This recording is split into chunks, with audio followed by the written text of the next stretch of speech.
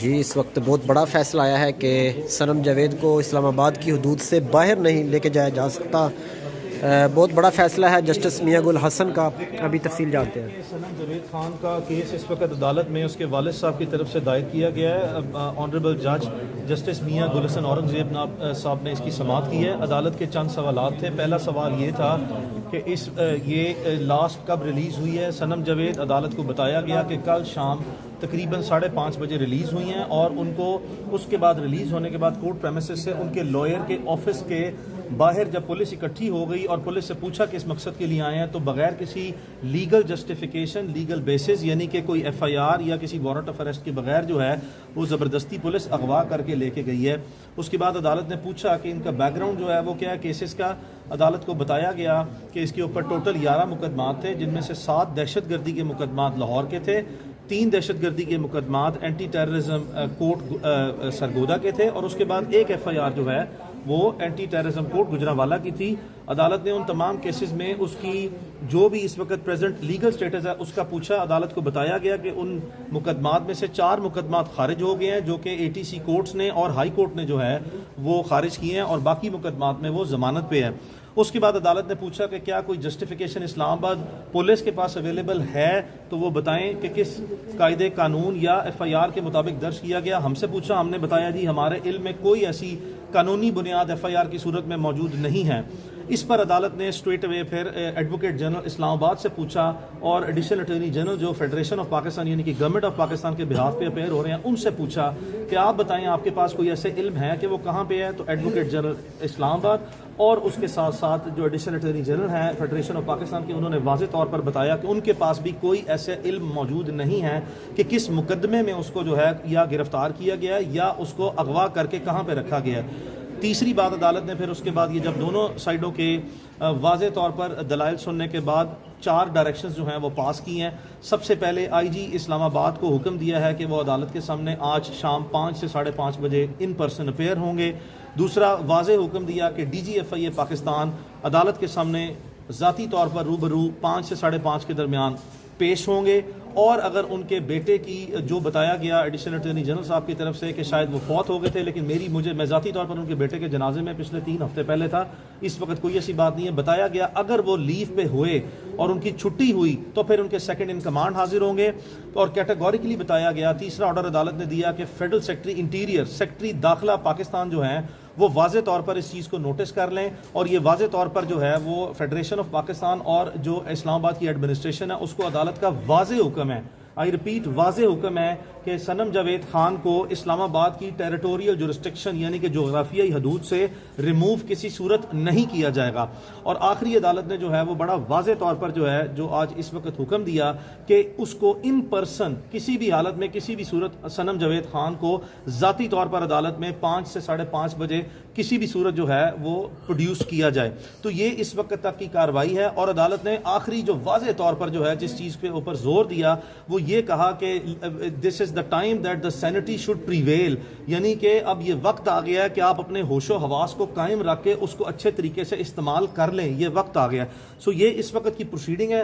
ہماری امید ہے کہ جو بھی جس طریقے سے بےہودہ طریقے سے جو ہے وہ اس کو اغوا کیا گیا، اس کے بعد حبس بیجا میں رکھا گیا، اور جن پولیس والوں نے اسلام آباد کے یہ اپنی غیر قانونی احکامات جو ہیں اس کی جو بجا آوری کی ہے، ان کی لازمی طور پر جو ہے وہ عدالت آج اس کی کوگنیزنس لینے کے بعد جو ہے ہماری استدعا ہوگی کہ نہ صرف یہ کہ اس کو ریلیز کیا جائے بلکہ ان لوگوں کے خلاف جو ہے وہ تادیبی کارروائی کے ساتھ ساتھ فوجداری مقدمہ، آئی ریپیٹ فوجداری مقدمہ زیر دفعہ 365 کڈنیپنگ اور ابڈکشن کا جو ہے وہ بھی ایف آئی آر جو ہے وہ ان کے خلاف غیر قانونی طور پر سنم جاوید کو اس کے وکیل یعنی کہ میرے دفتر کے باہر سے ان کو غیر قانونی طور پر اغوا کرنے کی مقدمہ بھی درج کیا جائے۔ یہ ساری استدعا عدالت کے سامنے رکھی جائیں گی۔ سر یعنی یہ بہت بڑی خبر ہے کہ ان کو بلوچستان نہیں لے جایا جا سکتا، ایک طرف ان کو پیش کر دیا گیا ہے بلوچستان لے جانے کے لیے، تو اگر وہ دیکھیں، جج اس طرح کا کوئی حکم دے، یاد رکھیے اسلام آباد ہائی کورٹ ایک کانسٹیٹیوشنل جورسڈکشن ہے جس کے پاس اتنی وائڈر اور کمپریہنسو پاورز ہیں کہ کسی بھی سب آرڈینیٹ کورٹ کے کسی بھی آرڈر کی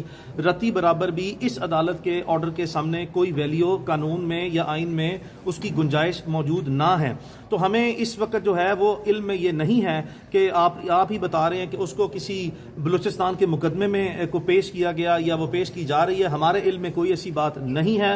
ہم چونکہ صبح سے یہاں پہ بطور اس کے وکلاء یہاں پہ موجود ہیں اسلام آباد ہائی کورٹ میں، صبح 10 بجے سے ہم یہاں موجود ہیں، کوشش کر رہے ہیں پٹیشن فکس ہو. جی تو آپ نے میاں علی اشفاق صاحب کی گفتگو سنی. کل سے جو صنم جاوید کے والدین ہیں وہ یہاں پر موجود ہیں. صنم جاوید صاحبہ کے حوالے سے بڑا اہم فیصلہ آیا ہے کہ ان کو اسلام آباد کی حدود سے باہر نہیں لے جایا جا سکتا. صنم جاوید صاحب کے والد بھی یہاں پر موجود ہیں. سر، کل سے آپ یہاں پر موجود ہیں، آج بہت اہم فیصلہ آیا ہے کہ ان کو اسلام آباد کی حدود سے کہیں نہیں لے جایا جا سکتا، کیا کہیں گے سر؟ ہمیں کل سے ہی اس کی بہت تکلیف ہے کہ 14 مہینے 7 دن کے بعد ہم نے اس کو لیگلی بری کروایا. ہم بڑے پرسکون ہو کے اپنے وکیل علی اشفاق صاحب کے ساتھ، کیونکہ ہم بھاگنا تو جاتے نہیں ہیں، ہم تو ہر حالت میں کورٹ کو قانون کو فیس کر رہے ہیں اور عدلیہ پہ ہمیں ٹرسٹ ہے پہلے دن سے ہی. تو ہم پہلے دن سے اپنا مقدمہ عدلیہ کے حضور پیش کر رہے ہیں کہ جی ہمارے ساتھ زیادتی ہو رہی ہے.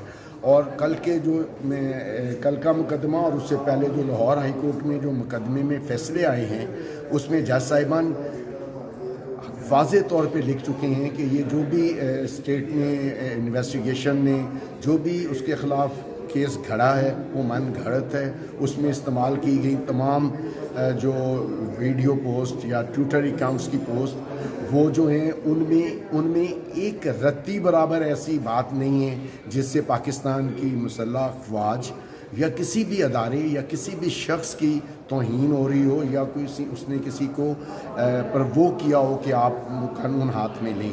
اور انہوں نے لاہور ہائی کورٹ نے بھی اپنی اس کی ساری ایویڈنس دیکھ کے ان ایویڈنس کو ناقابل اعتبار اور جعلی، یہ عدالت کے الفاظ ہیں، جعلی اور اس طرح بہت سا ڈکلیئر کر دیا تھا. اور کل والے جج صاحب نے بھی ان کو قابل اعتبار نہ سمجھتے ہوئے اس کو اس مقدمے سے بری کر دیا.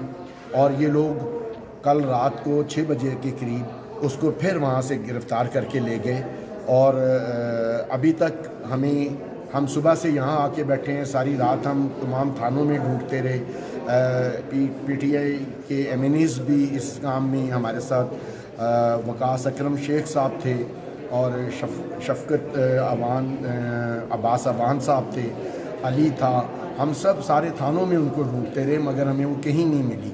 ابھی جب ہم کورٹ میں آئے ہیں تو ابھی ٹویٹر سے ہمیں پتہ چلا ہے کہ وہ اس کو کہیں دوسرے صوبے میں منتقل کرنے کی کوشش کر رہے ہیں، جس پہ میرے وکیل نے آپ کو بتا دیا ہے کہ آنریبل جج نے ایک بڑا اسٹرانگ قسم کا آرڈر جاری کر دیا ہے. اور میں امید کرتا ہوں کہ عدالت کے حکم کے اوپر منوہن عمل کیا جائے گا اور اس کو ادھر پیش کیا جائے گا. یہ پاکستان نہیں دنیا کی ہسٹری کی واحد مثال ہے کہ کسی عورت کو بغیر کسی ایف آئی آر میں نامزد ہوئے بار بار اپنی انا کے لیے زبردستی مقدموں میں ملوث کر کے 14 مہینے 5 دن یا 6 دن سے قید میں رکھا ہوا ہے. اور چاہتے اس سے یہ ہیں کہ وہ معافی مانگ لے. وہ یہ کہتی ہے جب میں نے جرم کوئی نہیں کیا تو معافی کس بات کی مانگوں. اس نے کہا کہ میرا ایک جرم بتا دیں، میں ہر ایک کے ہاتھ پاؤں پکڑ کے معافی مانگ لوں گی. جب میں نے جرم نہیں کیا، میں نے جھوٹ نہیں بولا، اپنے رائٹس کے لیے آواز اٹھائی ہے. اگر میں عمران خان صاحب کو پسند کرتی ہوں تو یہ میرا لیگل اور آئینی اور قانونی حق ہے. اللہ نے مجھے زبان دی ہے، میں ان کی حمایت میں بولتی ہوں اور بولتی رہوں گی. تو اس پہ تو کوئی قانون اس کو پابند نہیں کرتا ہے کہ وہ اپنے خیالات کا اظہار کرے. وہ کسی ادارے یا کسی آدمی کو نقصان پہنچانے کی کوئی بات نہیں کر رہی. اس کا ایک اپنا آئیڈیا ہے پولیٹک کے حوالے سے.